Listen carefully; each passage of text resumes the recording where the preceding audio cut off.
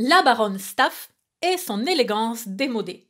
À quoi devons-nous dire adieu? Bonjour, je suis Anna Gass, la fondatrice d'Apprendre les bonnes manières et de la boutique en ligne de prêt-à-porter féminin Ligne de France. Je vous invite à découvrir la boutique en suivant le lien juste en dessous de la vidéo. Et à présent, parlons d'élégance vestimentaire d'il y a plus de 100 ans. Quelles sont les règles spécifiques pour les femmes qui aujourd'hui seraient quelque peu déconsidérées? Plongeons-nous dans ces archives. 1. Une femme devrait porter des gants longs pour toutes les sorties, formelles comme informelles. La longueur des gants importe. Bon, aujourd'hui, étant donné que les femmes ne portent plus de gants, on jette tout ça aux oubliettes. Deuxième règle, toujours pour les femmes. Ne pas montrer ses jambes en public, sans porte-jartelle ou sans bas longs. C'est pas un bas long, c'est des bas qui sont longs. Petite précision. Aujourd'hui, on est loin de tout ça.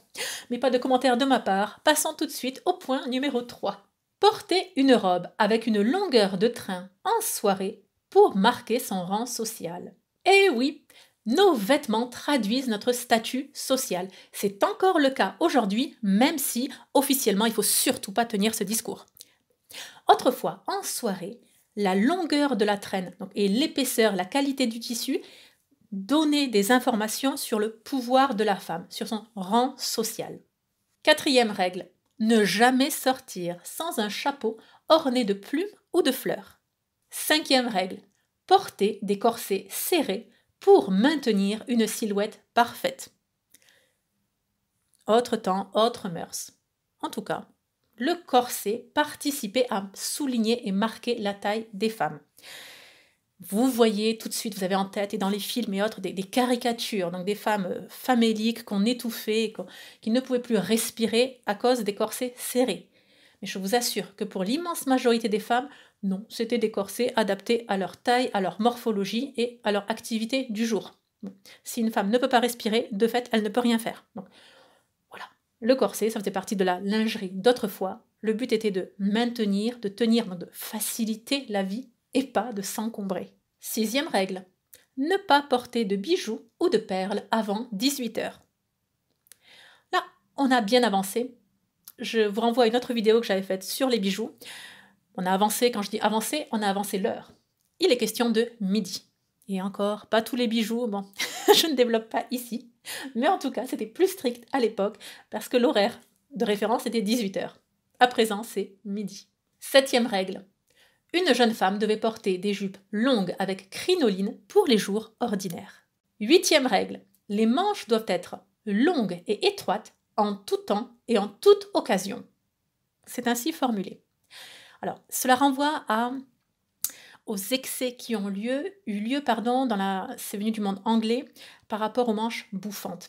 Je vous renvoie à la littérature de Lucy Maud Montgomery, Anne la maison au pignon vert, Les 4 filles du docteur March, un peu de notre époque, mais voilà, je vous renvoie à cela où il y avait trop de tissu au niveau des manches et ça reflétait et une richesse et une coquetterie. Voilà, mais bon, dans la mode, et les femmes et la mode, on va toujours dans les excès. Bon, mais en tout cas, la baronne Staff préconisait des manches longues et étroites. Ça ne veut pas dire étouffer le sang et nous emprisonner, c'est pas ça. Mais pas d'excès de coquetterie. Neuvième règle. Le cou doit être recouvert d'un col montant ou d'un fichu. 10. Les jupes doivent être longues, couvrant les chevilles et ne doivent pas être retroussées. On ne parle pas d'un simple ourlet, bien entendu. 11. Les chaussures doivent être fermées et de couleur sombre. Oui, même pour les femmes. 12e règle. Les couleurs pastel et les tissus à motifs ne sont pas appropriés pour des sorties très formelles, pour des réceptions et des cérémonies très formelles. On est sur le registre du militaire, paramilitaire. Là, il vaut mieux s'habiller de couleurs sombres et unies. Bien, j'espère que cette vidéo vous a plu ou en tout cas vous aura amusé. Si vous connaissez d'autres règles semblables, je vous en prie, partagez-les justement en commentaire. C'est toujours instructif de lire vos messages. Si vous souhaitez en savoir plus sur l'élégance vestimentaire moderne cette fois-ci, Je vous invite à découvrir une série de 30 cours. C'est entièrement gratuit. Chaque jour, vous recevez une leçon d'élégance bien particulière directement dans votre boîte mail. Pour vous inscrire, suivez le lien juste en dessous de la vidéo. C'est immédiat. D'ici 5 minutes, votre apprentissage commence. Je vous dis à très bientôt. Et surtout, n'oubliez pas, la bienséance fait la différence.